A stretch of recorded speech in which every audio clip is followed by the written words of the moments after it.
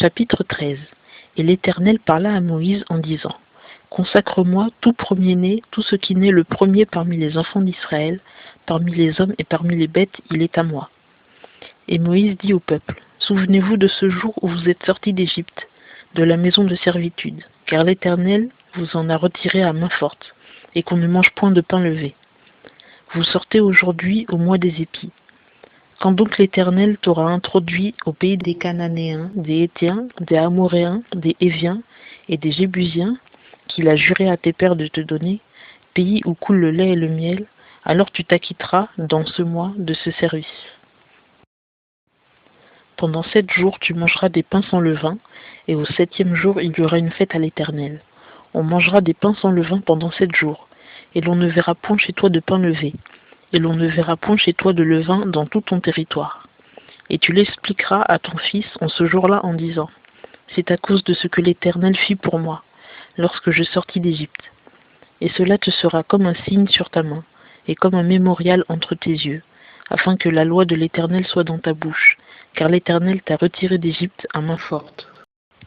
Tu garderas donc cette ordonnance en sa saison tous les ans. Et quand l'Éternel t'aura introduit au pays des Canéens, comme il l'a juré à toi et à tes pères, et qu'il te l'aura donné, alors tu présenteras à l'Éternel tout ce qui naît le premier, et tous les premiers-nés des bêtes que tu auras. Les mâles seront à l'Éternel. Mais tu rachèteras avec un agneau ou un chevreau tout premier-né de l'âne. Et si tu ne le rachètes pas, tu lui rompras la nuque. Tu rachèteras aussi tout premier-né des hommes parmi tes enfants. Et quand ton fils t'interrogera un jour en disant: Que signifie cela? Tu lui diras: Par sa main forte, l'Éternel nous a retirés d'Égypte, de la maison de servitude. Et il arriva, quand Pharaon s'obstina à ne point nous laisser aller, que l'Éternel tua tout premier-né dans le pays d'Égypte, depuis le premier-né de l'homme jusqu'au premier-né du bétail. C'est pourquoi je sacrifie à l'Éternel tous les mâles qui naissent les premiers, et je rachète tout premier-né de mes fils. Et cela sera comme un signe sur ta main, et des frontaux entre tes yeux, que l'Éternel nous a retirés d'Égypte à main forte. Or, quand Pharaon eut laissé aller le peuple, Dieu ne les conduisit point par le chemin du pays des Philistins, qui est le plus proche. Car Dieu dit: Il est à craindre que le peuple ne se repente, quand il verra la guerre, et qu'il ne retourne en Égypte. Mais Dieu fit faire au peuple un détour par le chemin du désert, vers la mer Rouge. Et les enfants d'Israël montèrent en armes du pays d'Égypte.